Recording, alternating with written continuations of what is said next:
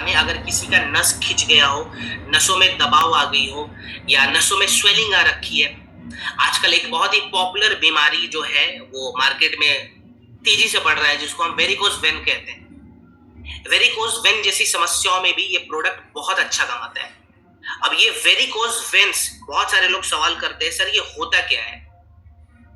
ठीक है, अच्छा देखिए, कॉम्बिनेशन के लिए मैं आप लोगों से एक बार वापस से रिपीट करता हूँ। कॉम्बिनेशन आपको AWPL कनेक्ट ऐप पे मिलेगा। वेन्स होता कैसे, एक बार उस पे ध्यान देते हैं। देखिए, वेरिकोज वेन में ना हमारे घुटने के पीछे जो काफ मसल का एरिया होता है ना, वहां पे नसों का एक गुच्छा बन जाता है।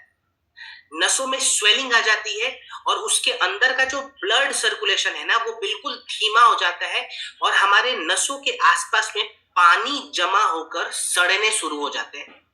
वेरिकोज वेन इसी को कहा जाता है। तो वेरिकोज वेन जैसी जटिल समस्याओं में भी ये प्रोडक्ट काम आ रहा है। कैसे काम आ रहा है, इसके इंग्रेडिएंट का क्या रोल है, एक बार हम ध्यान देंगे।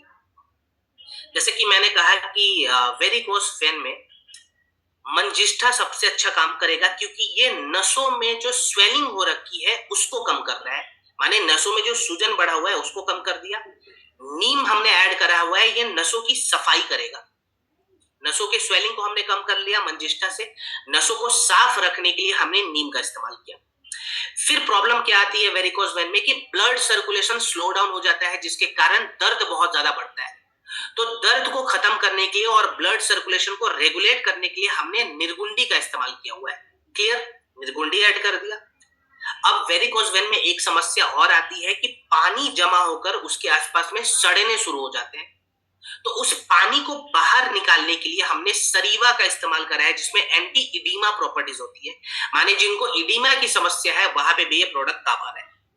लास्ट में हमने नसों को मजबूत करने के लिए और उसके आसपास के मांसपेशियों को मजबूती देने के लिए सेसमे ऑयल का इस्तेमाल करा हुआ है, जो हमारे पूरे नसों को बल देने का काम करेगा। क्लियर? इसका इस्तेमाल कैसे करें, तो देखिए बिल्कुल जेसी ऑयल के जैसे हमें यूज करना है। जेसी ऑयल तो हम सबको पता होगा कैसे इस्तेमाल करते हैं, तो इसका इस्तेमाल भी वैसे ही करेंगे। माने जहां पे भी समस्या है वहां पे 8 से 10 बूंद वेंडक ऑयल को गिराएंगे, हल्के हाथों से तेल को फैलाकर छोड़ दें।